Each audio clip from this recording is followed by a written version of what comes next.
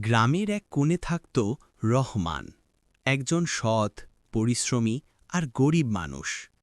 সারা দিন মাঠে কাজ করত সে, আর সন্ধ্যায় ক্লান্ত শরীরে ফিরে আসত ছোট্ট মাটির ঘরে।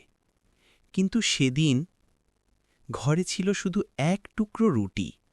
ক্ষুধায় পেট কাঁপছিল, তবুও রহমান মুখে হাসি রেখে বলল, আল্লাহ যা দেন তাতেই সুখ।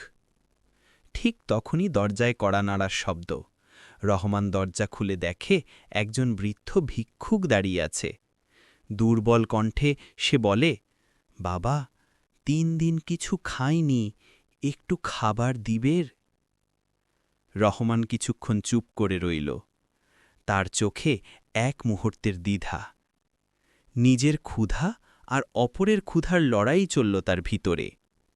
তারপর সে মৃদু হেসে নিজের সেই একমাত্র রুটিটা ভিক্ষুককে দিয়ে বলল, আপনি খান, আমি পরে কিছু একটা জুটিয়ে নেব। ভিক্ষুকের চোখে জল চলে এলো। সে হাত তুলে দোয়া করল, আল্লাহ তোমার ঘর ভরে দিন বাবা।